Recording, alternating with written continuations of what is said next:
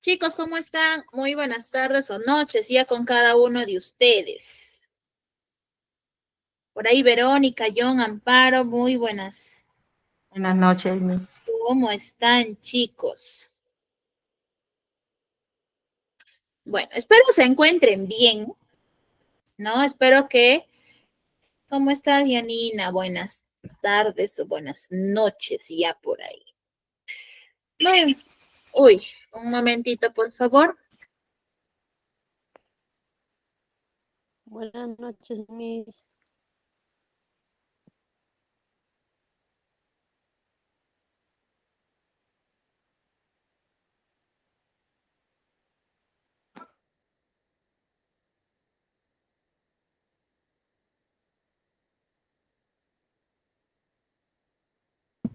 Ya, muy bien, chicos. Ahora sí, vamos a empezar, ¿ya? La semana anterior ya habíamos estado revisando un poquito de literatura. Ya habíamos estado viendo lo que era el neoclasicismo francés. Hoy día ya nos toca revisar lo que es el neoclasicismo español. Ya, entonces, profesor. Ok, Daisy, no hay ningún problema. Anilsa, Elizabeth, Ivy, también Dina, Rosana, buenas tardes, chicos. Ok, vamos a empezar entonces, ¿ya? La semana anterior habíamos estado revisando ya un poquito respecto a lo que era el neoclasicismo francés, como les iba diciendo, y ya habíamos estado marcando un poquito lo que son las características, ¿no? A lo que se enfoca, qué es lo que quiere, qué es lo que busca. Y hoy día vamos a revisar ya lo que refiere la literatura española en cuanto al neoclasicismo. No mencionarles o recordarles que se les atribuye el término neoclasicismo porque en realidad es un nuevo despertar o es una nueva adaptación, vamos a decirlo así, de algunos rasgos o características que se desarrollaron en la literatura clásica. ¿Ya? Ustedes ya han estudiado, ya hemos visto lo que era, pues, ¿no? La literatura de Sócrates, perdón, de Sófocles, de Homero, ¿no? Habíamos visto esos rasgos, entonces a ellos se enmarca. Para esto, vamos a ir avanzando en todo caso. A ver, por ahí. Bien, vamos a pasar a la siguiente diapositiva. Uh-huh. Y aquí sí los voy a necesitar a ustedes. Bueno, en realidad toda la clase es para ustedes y los necesito a ustedes, porque si no, ¿cómo aprendemos? Acá hay un dato importante que es importante conocerlo y que también tal vez por ahí como que discutir un poquito este sentido, ¿no? Dice, ¿sabías que los pensadores de la Ilustración estaban en contra de los matrimonios por conveniencia, ya que corrompen la moral social y afectan la cantidad demográfica? ¿A qué viene o a qué me refiero con vamos a discutir un ratito? Yo les pregunto a ustedes, y aquí es una opinión personal, ¿qué opinión tienen ustedes con relación a los matrimonios arreglados, chicos? Tal vez nuestra época ya no está condicionada a ello, pero en algún momento del pasado, créanme que sí. Yadira, te escuchamos. Profesora, eso se utilizaba creo que en los antepasados, pero ahora ya se ve como un matrimonio que no es válido. Ya, ok. Lourdes. Profesora, buenas tardes. El matrimonio arreglado en las épocas antiguas se llevaba, o sea, que no, en el matrimonio arreglado no hay amor, o sea, no hay ese cariño que se puede dar. Ya, ok. Buen punto, muy buen punto, Lourdes. Ivy.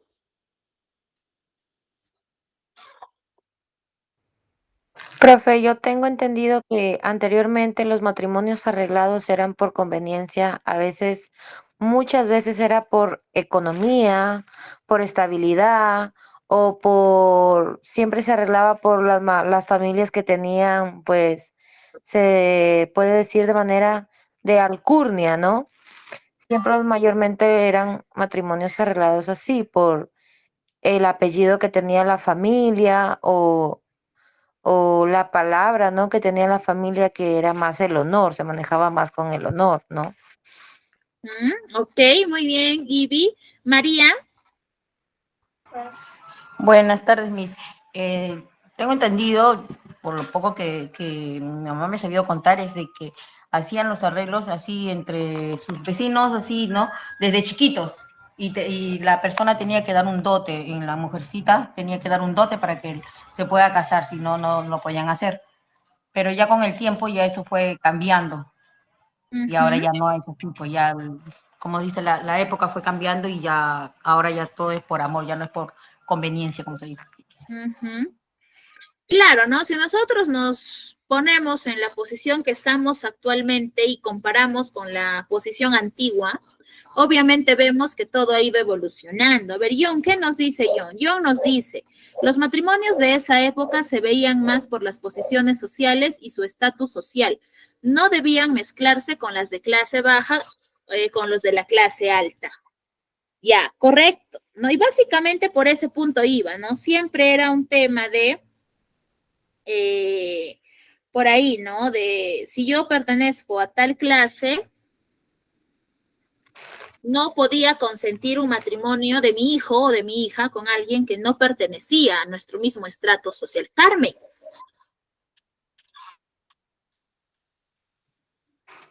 Miss, buenas noches. Bueno, de todo lo que han dicho mis compañeras, también podría decir, antiguamente eran por las chacras que tenían más hectáreas y por eso es por conveniencia también. Y ustedes consideran, ya que conocemos más o menos ello y bueno, también somos parte de una sociedad que es bastante libre en cuanto a decisiones. ¿Ustedes consideran que los matrimonios por conveniencia eran o son mejores en realidad que los matrimonios que son por hechos o dados por voluntad propia? No, ¿Consideran que es o cómo lo ven ustedes? ¿Estaba bueno, bien o mal? antiguamente no lo veían los sentimientos, más que todo, lo veían por interés, por lo que tenían, económicamente más que todo, y no se valoraba el sentimiento de la mujer más que todo. Miss, Dime. también se podría decir también que antes también se daba, supongamos, si tú tenías una deuda, dabas a tu hija a cambio que se case con ella, como quien pagando ya la deuda de la familia. Claro, los matrimonios arreglados, y no sé si aquí tal vez alguno ha sido, o, bueno, no sé si víctima sea la palabra, pero ha sido protagonista de estos matrimonios, creo que ahí lo voy a dejar como protagonista.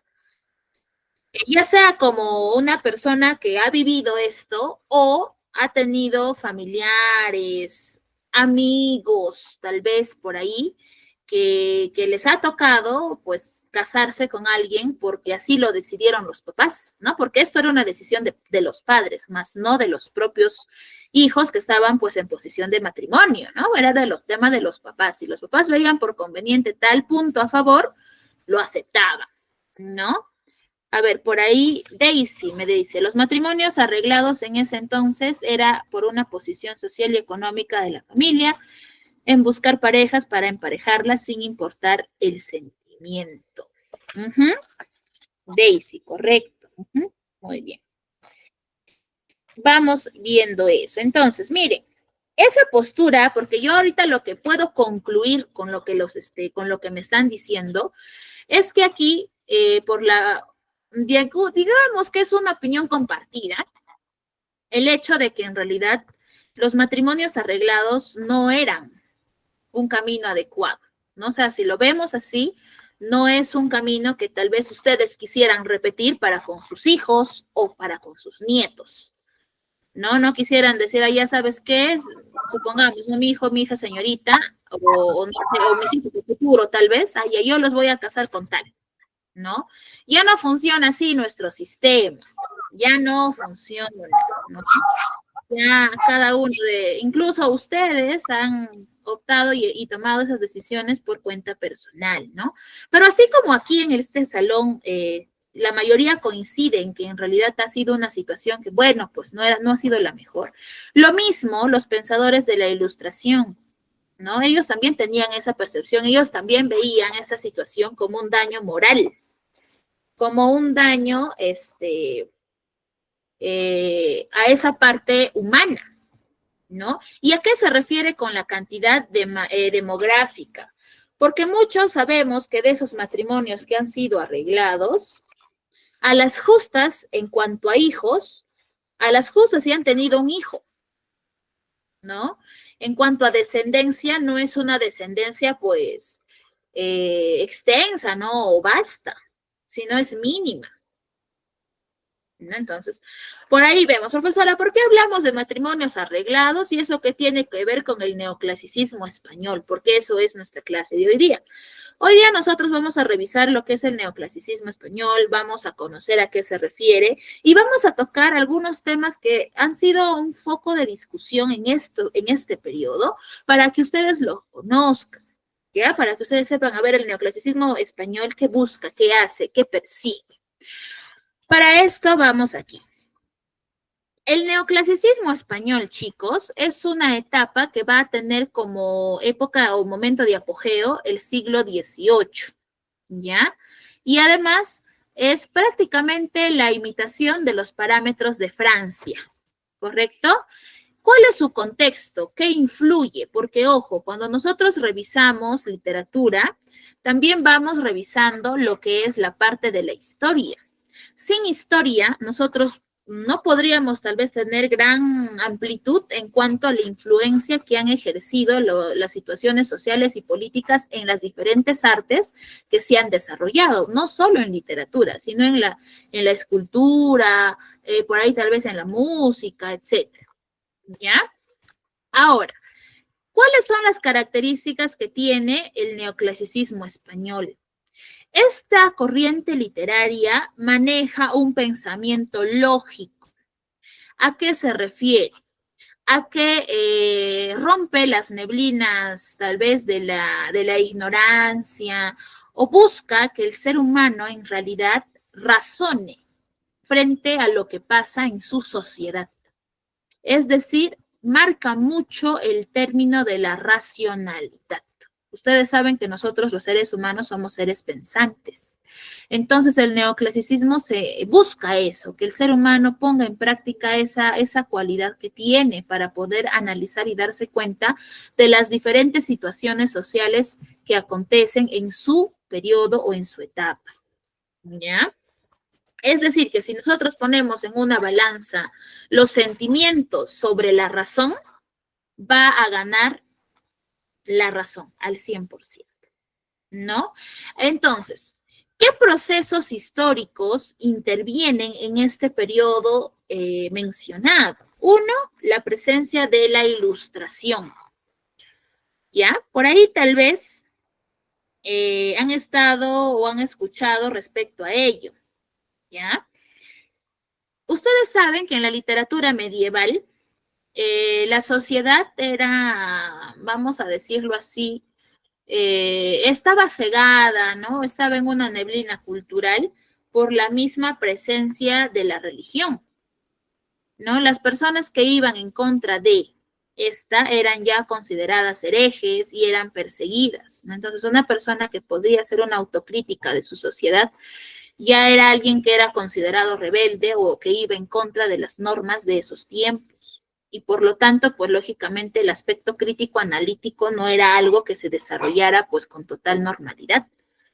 Pero en este periodo llega rompe esta línea tan marcada, lo que es la Ilustración. La Ilustración básicamente, y eso lo mencionamos la clase anterior, es aquel movimiento filosófico que busca que tú te des cuenta de tu realidad y de esa manera puedas enfrentarla y puedas progresar.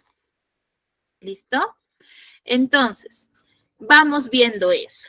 Ahora, que dentro de sus características también vamos a encontrar la intención de educar, ¿no? De hecho, esa es una característica que va a estar presente en toda corriente literaria, porque toda creación como tal, sean obras, novelas, teatros, fábulas, etcétera, va a tener esa o va a perseguir esa intención, ¿no? De que tu lector, a través del contenido del texto, conozcas qué es lo que pasa y tal vez también de esa manera puedas corregir tu camino, porque por ahí vas a encontrar en algún momento algún personaje con el cual te vas a identificar y vas a darte cuenta probablemente o va a ser una proyección, ¿no? A ver, si yo sigo así como mi personaje tal y veo cómo termina él, ya, probablemente yo termine igual o peor. Entonces no quiero y como no quiero, por ahí me empiezo a regular, ¿ya?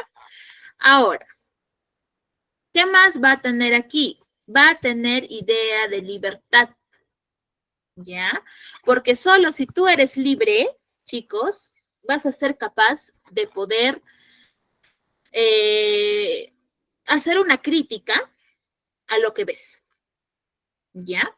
Dentro de la temática que abordan los escritores o autores de esta corriente, vamos a decir que van a tratar temas cotidianos de la época, así como tal vez si ubicamos esa característica en nuestra actualidad y por ahí John quiere escribir una novela, un teatro quizás, ¿no?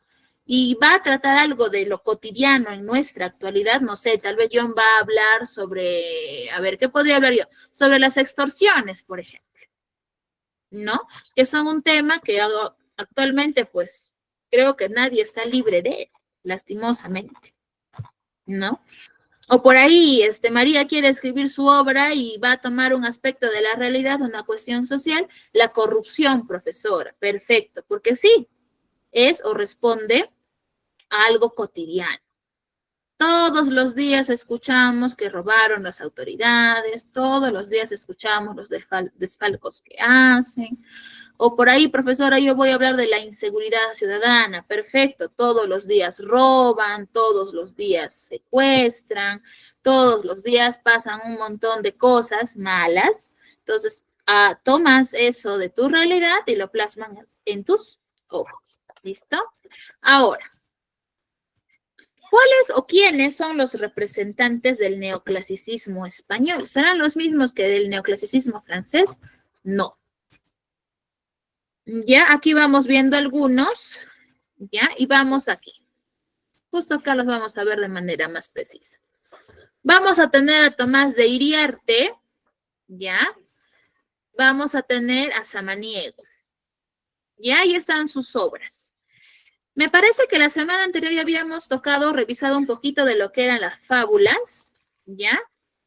Entonces, ahí está, ¿no? Para recordar o a modo de recuerden y ustedes saben que las fábulas tienen una intención de educarnos desde pequeños, porque en realidad las fábulas están orientadas para que ellos también lo puedan leer y de esa manera puedan marcarse mucho el tema de valores. Esa también es una característica o un rasgo de este tipo de corriente, ¿ya? Los valores del respeto, la solidaridad, la puntualidad, ¿no? En fin. Recuerden que los valores regulan la conducta humana. Yo les pregunto algo. Si ustedes o nosotros, me incluyo, no tuviésemos valores, ¿cómo creen que estaría nuestra sociedad? Ya de por sí está mal, ¿no? Nuestra sociedad, si lo vemos, está mal. Pero ¿cómo creen que estaría si todos perdiésemos los valores que se nos han sido inculcados? ¿Cómo creen, chicos? ¿Estaríamos mucho mejor? ¿Estaríamos mal? ¿Qué opinan?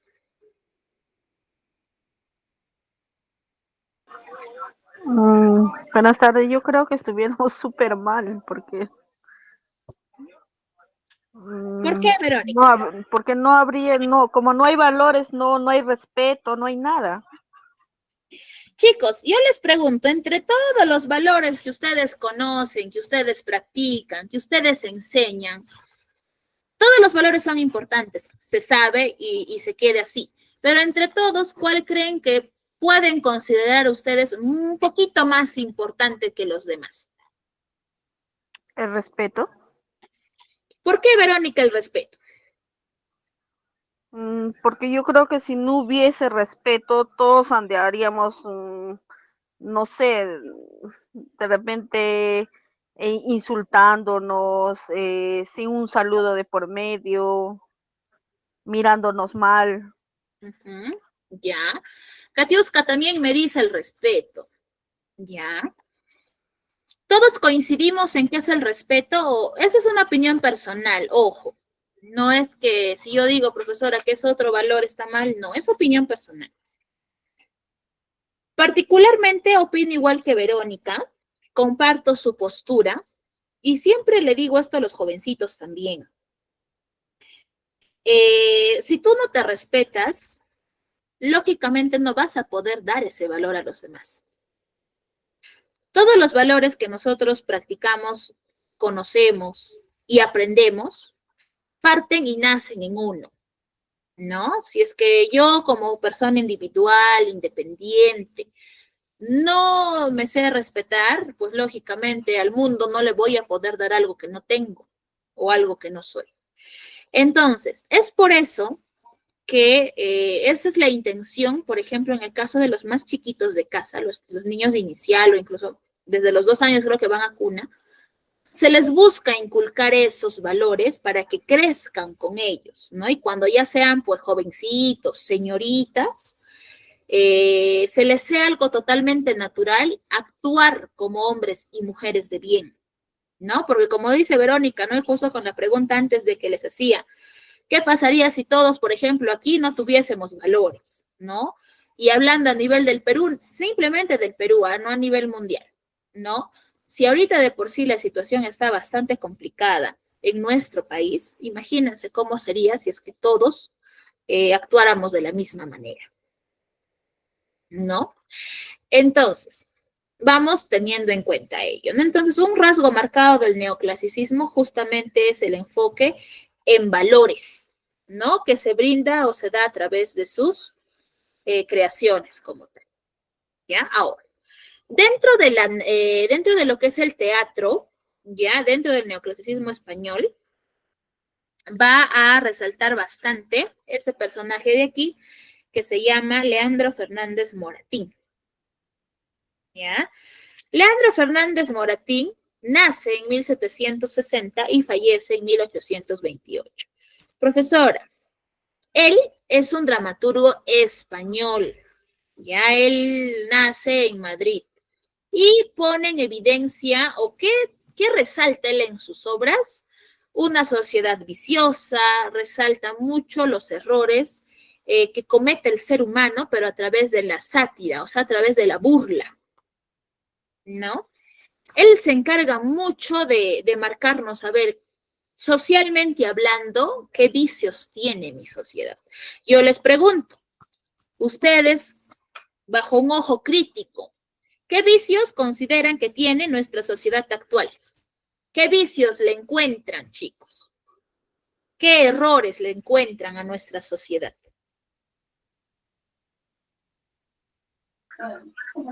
Mucho robo, mucha matanza.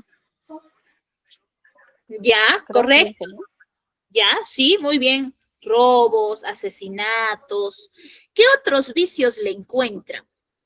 Tal vez sin irnos a algo muy cercano a nosotros, tal vez podemos ver en nuestro barrio o en nuestra ciudad.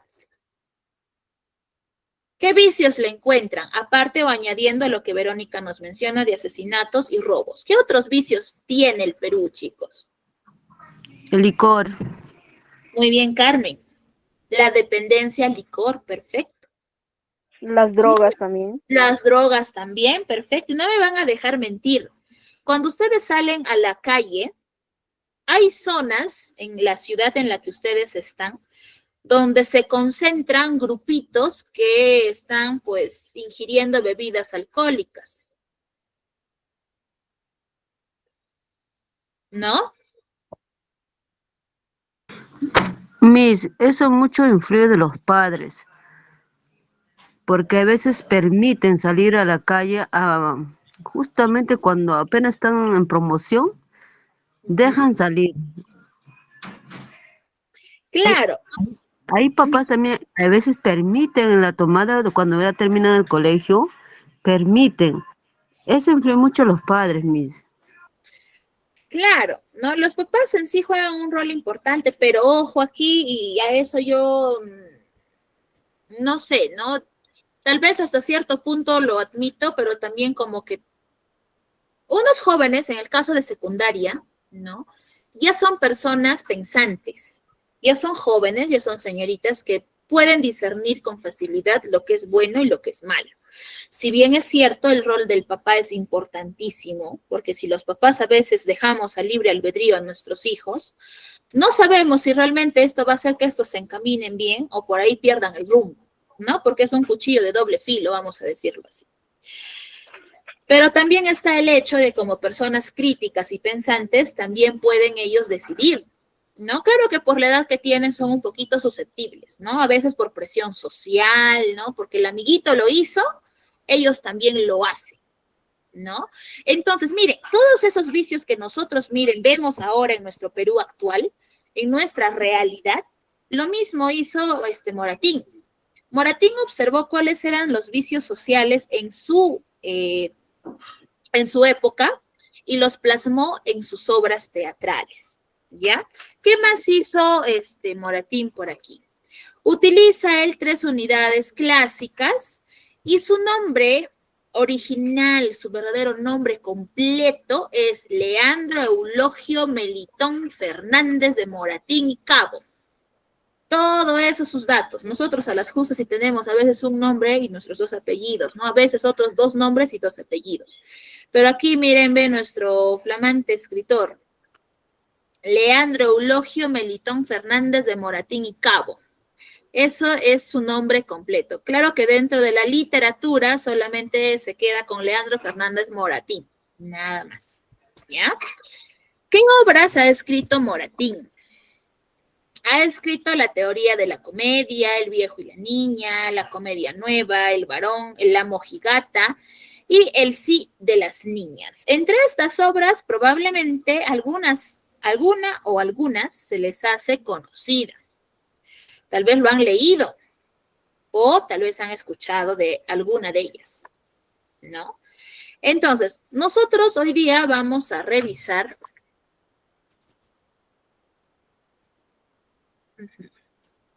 Ya. Vamos a revisar El sí de las niñas. ¿Alguien ha leído esa obra por si acaso? ¿O en algún momento lo han leído? Tal vez recientemente han buscado alguna información, etcétera. ¿O han escuchado de esta obra? Tal vez no lo han leído, pero al menos el título lo han escuchado, porque es una obra bastante conocida, bastante popular. ¿Lo han leído, chicos? Tal vez por ahí alguno de ustedes. ¿O lo ha escuchado al menos de título, de nombre? No, profesora. No, y a Verónica no. ¿Alguien tal vez? No, Miss. No, ok. Hoy día lo van a conocer entonces. Hoy día vamos a hablar un poquito de esta obra y si les llama la atención, las invito y los invito a que lo lean. No hay necesidad, profesora, de que vaya a la... Ay, profesora, no tengo tiempo de ir a la librería para buscar la obra. Ustedes saben que en el internet ahora encontramos de todo, ¿no? A ver, El sí de las niñas es una obra teatral que fue estrenada en 1806. Es o pertenece al género dramático y tiene como especie la comedia, ¿ya? Va a estar dividido en 3 actos, donde el tema central al cual Moratín se enfoca en esta obra es a el abuso de poder de los padres ante la decisión de los hijos. ¿Listo? Donde tiene su ambiente este teatro en la posada de Alcalá de Henares. ¿Correcto? ¿Quiénes son los personajes que intervienen? Tenemos a don Diego, tenemos a Paquita, a don Carlos, doña Irene, Rita Simón y Calamocha. Como ustedes pueden observar en la imagen de la portada del libro, ya más o menos probablemente nos damos cuenta de qué podría tratarse. Y a esto se vincula la pregunta que les hice al inicio de la clase. Cuando les preguntaba qué opinión ustedes le dan o qué opinión merece el hecho del casarnos por conveniencia, ¿no? Y por ahí se va a vincular la historia. Miren, El sí de las niñas es una obra teatral ¿ya? Es una obra teatral que en este caso, ¿ya? A ver, vamos a tener aquí como foco central a Francisca, ¿ya?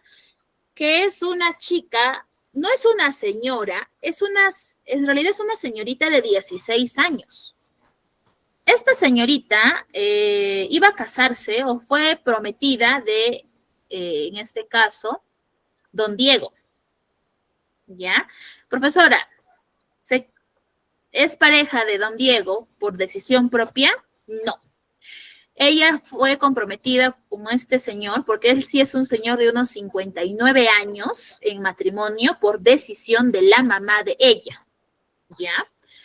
Pero sin embargo, en este caso, vamos a encontrar también por ahí un conflicto amoroso sentimental, porque Francisca está enamorada de otro personaje que en principio se va a llamar Don Carlos, que es el sobrino de Don Diego, ¿ya? Y que, bueno, pues no vamos a decir que ahí se teje todo un triángulo amoroso. Entonces, como lo dice ahí, el teatro está dividido en 3 actos. En el primer acto vamos a encontrar, nos vamos a ubicar en esta posada, y en esta posada va a acudir doña Irene, doña Francisca. Doña Irene es la mamá de Francisca, de la jovencita de 16 años, ¿ya? Ellas viajan hasta llegar a la posada para poder encontrarse con don Diego. Don Diego, recuerden, es el prometido de Francisca, ¿ya? La chica, Francisca, no desea casarse con don Diego, no quiere hacerlo porque ella tiene puestos sus ojos y sus sentimientos en un jovencito que se llama Don Carlos, ¿no? Ese es el nombre con el que se le conoce, pero en realidad su nombre como tal es Félix, ¿ya? Entonces, ustedes me dirán, ¿y cómo es don Diego? Don Diego, como les mencioné, ya es un señor de 59 años, es un señor bastante noble, o tiene un muy buen corazón, y él solo quiere tener como esposa a alguien que lo quiera y que lo cuide y que lo respete, ¿ya? Y él desconoce totalmente la situación sentimental en la que está envuelta Francisca. Él desconoce que ella está enamorada de otra persona. Él no sabe nada de ese conflicto. Entonces, en este primer acto vemos marcado ello. ¿Listo? Ahora, en el segundo acto, nosotros vamos a encontrar que a esta misma posada donde está doña Irene, donde está Francisca y donde está don Diego, va a llegar don Carlos, ¿ya? Don Carlos llega, don Carlos es sobrino de don Diego, ¿no? Y desconoce totalmente que la prometida de su tío es la persona de la cual él está enamorado, ¿no? Al darse cuenta y al descubrir esto, entra en desesperación, no sabe qué hacer, no sabe qué decir, no sabe cómo actuar, ¿no? Logra hablar con ella, logra hablar con Francisca, y aquí ella le confiesa que en realidad ella no se está casando con él por amor, ¿no? Sino porque su mamá así lo desea y ella está obligada a obedecer lo que su madre dice, ¿ya? Y que pese a no estar de acuerdo, ella se va a casar con don Diego porque no quiere ir en contra de la voluntad de su madre, ¿ya? Cuando pasa este diálogo, cuando pasa esta conversación entre don Diego, don Carlos y Francisca, don Diego, que es el prometido, empieza a sospechar que probablemente hay algo que está pasando entre estos dos jovencitos, ¿no? Entre Francisca y don Carlos. Entonces, en este segundo acto se nos marca eso, ¿no? Ese consultar del por qué el matrimonio y esa duda que empieza a sembrarse en don Diego con relación a esos dos jovencitos. En el tercer acto ya vamos a encontrar que don Diego se entera finalmente de la relación de amor que hay entre Francisca y entre Carlos, ¿no? Se entera de los sentimientos que tiene uno por el otro. Y en lugar tal vez de enojarse, de encapricharse, por decirlo así, cancela la boda, ¿no? Cancela el matrimonio y apoya a su sobrino para que sea él quien se case con Francisca. Obviamente a la madre esto no le cae para nada en gracia, ¿no? Se hace la sorprendida del supuesto amorío que hay entre su hija y el sobrino de su ex prometido. Y como el tío ya lo aprobó, los está apoyando, pues a doña Irene no le queda más que aceptar ese matrimonio, ¿no?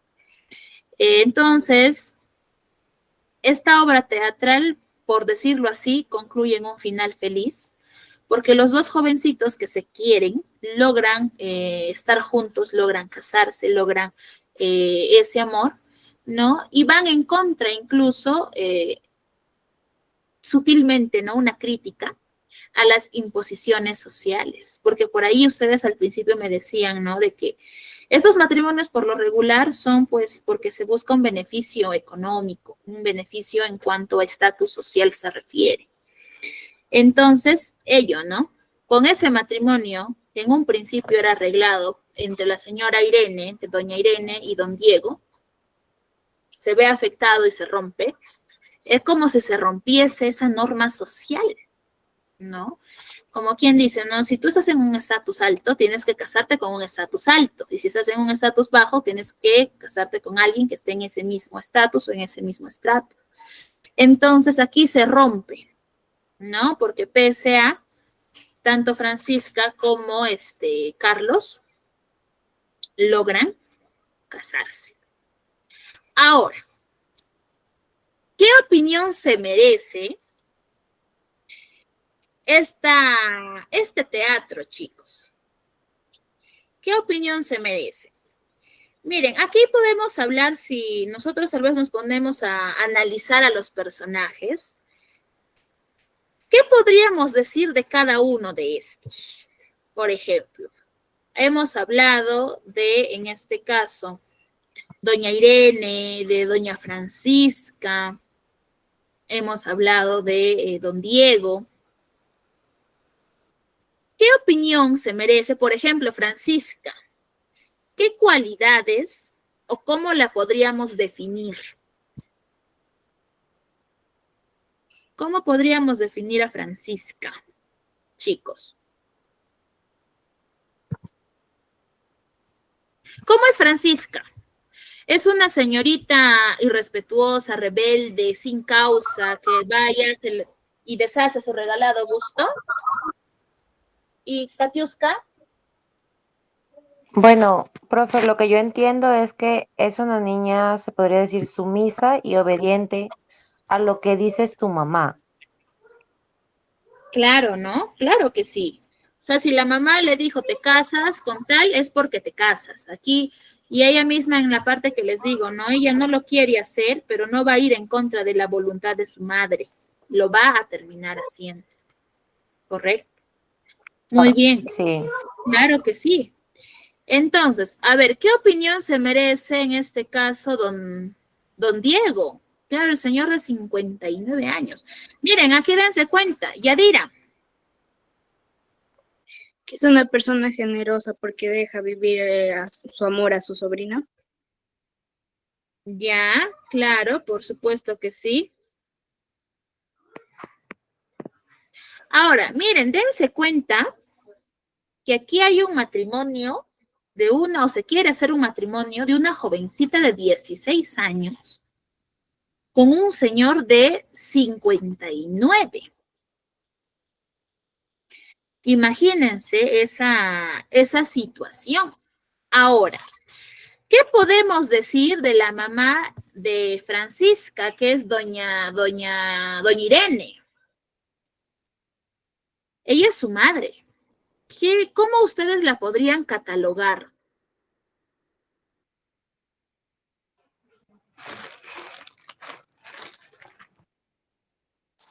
Bueno, la mamá fue compasiva por la hija, pues, no fue más por el interés, ¿verdad?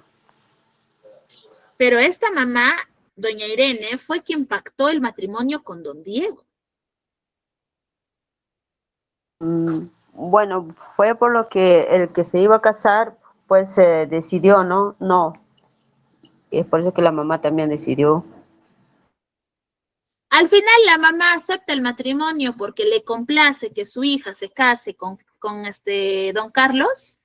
Lo acepta porque le parece una excelentísima idea. No, yo pienso que lo acepta porque ve que don Carlos, don Diego está de acuerdo, pero no porque ella quiere que de verdad se case con el chico. Exacto, la mamá acepta ese matrimonio porque no tiene otra opción. Porque ya, bueno, pues ya don Diego anuló el matrimonio, está apoyando al sobrino, y bueno, pues ya que me queda. No es como cuando ustedes, tal vez cuando han sido o han llegado a la etapa, no del matrimonio tal vez, pero sí, tal vez del enamoramiento, ¿no? Cuando sus papás conocieron tal vez a sus enamorados o a sus parejas en el primer momento, y fue, no, ya, bueno, no algunos pasa, y si no les ha pasado a ustedes, tal vez han tenido amigos o amigas a quienes sí les ha pasado, que sus papás dicen, ya, pues bueno, no será, y lo aceptan. Tal vez no convencidos al 100%, pero no tienen más opción que aceptar esa realidad, ¿no?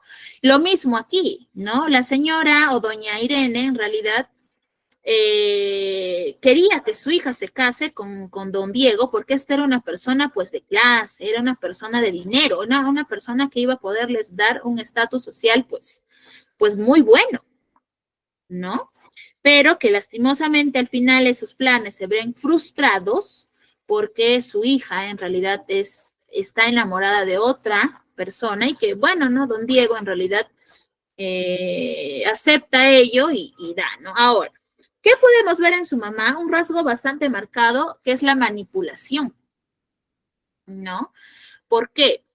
Porque él ya trata de convencer a su hija de casarse con don Diego, haciéndole tal vez creer de que esta era la mejor decisión para su vida, ¿no?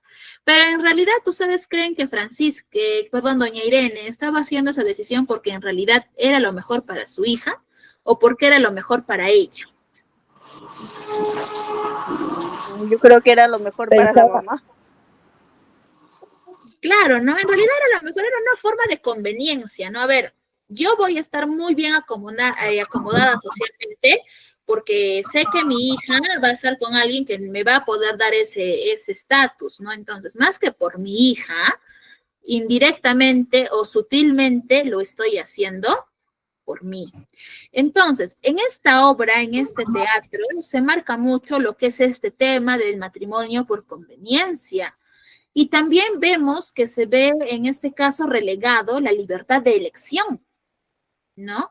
Porque tú como mamá en esos tiempos, o perdón, como hija o hijo en esos tiempos, no tenías esa libertad de elegir, de decidir con quién querías hacer tu vida, ¿no? Sino que estabas condicionado o condicionada a realizar o cumplir lo que tus padres te decían, ¿no? Entonces, en este tiempo donde se desarrolla el neoclasicismo español, un vicio social que habla, en este caso, este escritor, es justamente esa costumbre o esa mala costumbre de obligar a los jovencitos a querer o contraer matrimonio sin su propio consentimiento, ¿no?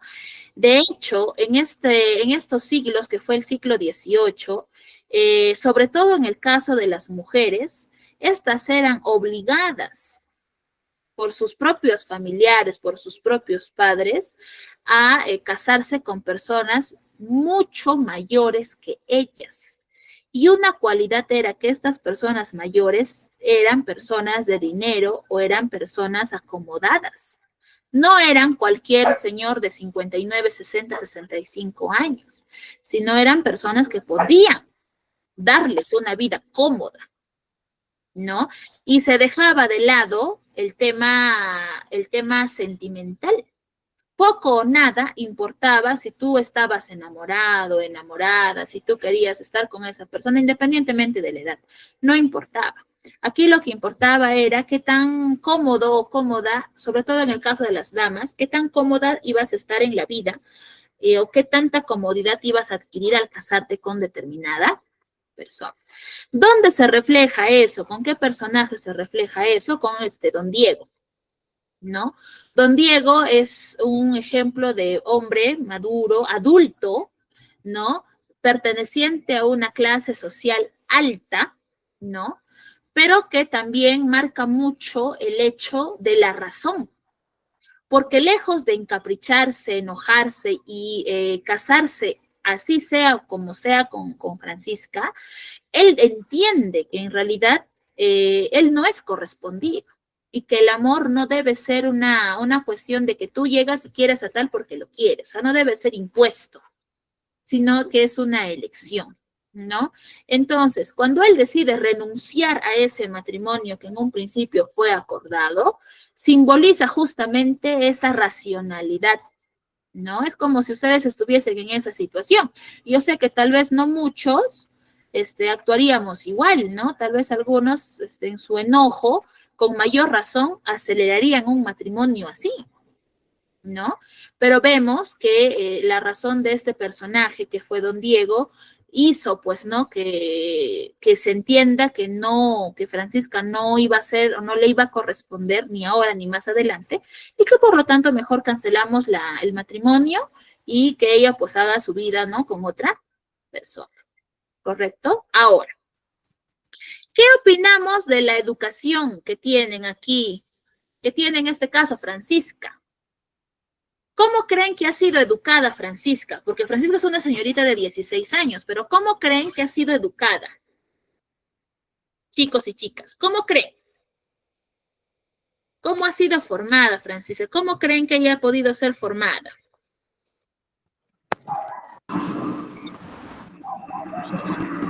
Niña sumisa, profe. Claro. Fue formada, ¿no? Bajo un foco de obediencia.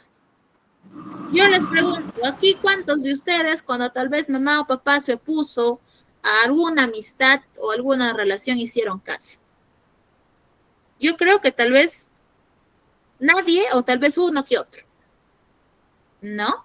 Pero en esta época la palabra de los papás era ley, vamos a decirlo así, ¿no? Entonces aquí vemos que la educación de Francisca está sometida, ¿no? Es sometida, es una educación que busca o se encarga de que esa mujer sea obediente, que no te refute, que no te diga, pero ¿por qué? ¿Por qué tengo que hacerlo? Sino que lo haga en silencio, ¿no? Entonces, es por eso que esta chica, que esta señorita, es tímida, es sumisa, es obediente y hasta tal vez en algún sentido depende mucho de su madre. Es por eso que no, ni siquiera por un momento pasó por su mente el hecho de desobedecerla, ¿no? Pero ahora, a medida que va evolucionando la obra, a medida que ella, junto con con Félix, que es Don Carlos, tienen ese lazo sentimental, vamos viendo que la felicidad de estos dos personajes va a depender únicamente de ellos, no tanto de otros terceros, ¿no? Entonces, ¿qué mensaje trata de darnos el autor de esta obra con el personaje de Francisca, ¿no? Ahora, en nuestra actualidad, viéndolo y leyéndolo, pues buscamos, ¿no? Yo les pregunto, ¿a ustedes les gustaría ser así de sumisas? ¿O ustedes se consideran sumisas? No, ¿Obedientes al punto de? no, para hacer lo mismo que hizo la niña, no. No. Yo sé que aquí no, ¿ah? Porque yo sé que aquí cada una, en el caso de las chicas, de las damas, tienen unas ideas personales propias y hasta a veces esto hace que terminemos a veces peleando en casa, ¿no? Claro, siempre y cuando sean con razón, pues, ¿no? Tampoco vamos a extremos de que por gusto también hacemos a veces, o buscamos la pelea por ahí, ¿no? O la rebeldía. Pero ahora somos más autónomas, independientes, con un pensamiento personal, un actuar propio. Eso es lo que busca el autor en esta obra. Que la educación de la mujer no se base en sumisión ni solo en obediencia, sino que la mujer sea crítica. Y ese hecho marca o se refleja en cuanto a las decisiones que nosotras o las mujeres en general tomamos en los distintos aspectos de nuestra vida, tanto en la vida personal, en la vida laboral, en la vida social, etcétera. Incluso hasta en la vida política, porque ustedes saben que ahora las mujeres también pueden formar ello. Entonces, actualmente, pues no, ya es una sociedad más abierta, cambios, etcétera, pero en ese tiempo era más cerrado, ¿no? Era como una burbujita ahí que solamente permitían ciertas cosas y otras no. Entre ellas, que la mujer sea crítica en realidad no era algo que se desarrollara dentro de, pero es algo que impulsa el neoclasicismo, es algo que busca que la mujer reaccione de su obediencia, de su sumisión y empiece a ser objetiva y empiece a tomar sus propias decisiones. ¿Ya? Ahora, ¿qué más podemos decir? Bueno, ¿no? Ya habíamos hablado en este caso del tema de la razón y de los sentimientos, de hecho en las características también. Y vemos aquí, pues, ¿no? Que eso se enmarca dentro de lo que es, pues, ese triángulo amoroso, ¿no? Entre don Carlos, don Diego y doña Francisca, ¿no? Entonces, vamos viendo, que al final, ¿no? En el caso de don Diego, prima su razón, gana su razón, porque él decide romper el matrimonio, pero también vemos que prima y gana el sentimiento, porque al final los personajes, que son los jovencitos, logran consumar o casarse, no logran estar juntos. Ahora, ¿qué tema vemos en la mamá, aparte de la manipulación hacia su hija? También vemos lo que sería una parte de la hipocresía, ¿no? ¿Por qué? Porque lejos de admitir sus propias necesidades o de tratar de buscar y decir, si yo quiero que te cases es porque yo quiero que, no sé, tener mayor estatus social, más dinero, más etcétera, entonces yo orillo a mi hija a hacerlo, pero a ella le digo que es con la intención de que es lo mejor para ella, cuando en realidad no es así. No, y justo a un principio ustedes me decían, ¿no? O me daban el ejemplo de que ahí había, en este caso, matrimonios donde los padres casaban a las hijas como forma de pago, ¿no? Yo le debía dinero a tal, ahí hay posibilidad de, entonces yo te doy a mi hija o a mi hijo para que te cases y de esa manera la deuda queda condonada, perdonada, ya no hay más deuda, ¿no? Entonces son realidades, chicos, que tal vez ahora a nosotros se nos hacen lejanos, pero que en realidad han sido pues muy, muy reales y han sido muy marcadas dentro de lo que son estos aspectos. No sé, tal vez por ahí quieren agregar alguna información, quieren agregar tal vez algún comentario personal en cuanto a ello. Sí, Miss, de que no debemos ser omisas o dejarnos manipular o callarnos. Si algo así aún aquí de repente acá en el colegio está sucediendo, hablarse y no callarse. Claro, ¿no? De hecho, la sumisión, ustedes saben que las mujeres, de alguna por naturaleza, tal vez a veces, no todas, pero sí, tenemos esa tendencia, ¿no? Pero ahí está, ¿no? Y esa es una obra que nos marca otra vez podemos conocer en realidad ese mundo o esa realidad de esos tiempos, ¿no? Obviamente, si nosotros traemos o tratamos de plasmar esa realidad frente a nuestra actualidad, vamos a ver, pues, ¿no? Que los cambios son abismales. Y que actualmente hay matrimonios por conveniencia, sí, pero donde ya no es la mamá o el papá quien elige con quién casarte, sino que tú por conveniencia a veces decides casarte con alguien, ¿no? Es por eso que decimos en algún momento, no, es que por conveniencia él o ella se está casando con tal, ¿por qué? Porque le benefician tal cosa. ¿no? Pero actualmente esos matrimonios por conveniencia, entre comillas, ya más están relacionados a intereses personales, ¿no? Pero en estos tiempos eran intereses de los padres, ¿no? Por ahí al principio me decía, ¿no? Para la obtención de terrenos, para la obtención de dinero, para la obtención de clase social, ¿no? Pero al final se enmarca en ello. Entonces, eso es lo que nos trata de mostrar Moratín a través del sí de las niñas, ¿no? Un teatro cómico, pero que, bueno, abarca o aborda otras temáticas también que se ven reflejados en cada uno de sus personajes. Muy bien, chicos, ¿alguna consulta adicional tal vez que alguno de ustedes tenga? ¿Algún comentario, mensaje, enseñanza tal vez por ahí que quieran, o una conclusión? No lo sé. Consulta, profe. ¿Ese es el libro que debemos leer? En realidad, esta obra, si ustedes de manera personal desean leerlo, no hay problema, porque al final eso es para ustedes, pero no. La información que tienen en esta obra, ustedes también la tienen de manera resumida en sus módulos, pueden leerlo, también ahí tienen información, y al final eso les va a servir para que puedan también elaborar su examen bimestral. Ahora, que si ustedes les ha llamado la atención y por ahí quieren saber de inicio a fin cómo es este teatro, si gustan, lo pueden leer. Esa ya es una decisión de ustedes, ¿no? Como les mencioné, tal vez no tienen tiempo para ir a la librería, comprar la obra en físico, pero pueden buscarlo en internet, ¿no? Que están los PDFs de las obras, en realidad casi de la mayoría. Hay obras que no se encuentran, pero otras que sí. Entonces, si gustan hacerlo porque quieren ustedes informarse, conocer, háganlo, ¿no? Es la libertad de ustedes y al final el beneficio también va a ser para ustedes. Muy bien, chicos. Si no hay preguntas, si no hay consultas, entonces hemos finalizado por hoy día. Cuídense bastante, que tengan una bonita semana y ya nos estamos reencontrando la próxima clase. Cuídense, chicos. Hasta luego, profe. Cuídense. Gracias, Cuídense, Miss, hasta luego. Hasta luego, Cuídense, mis. chicos. Hasta luego.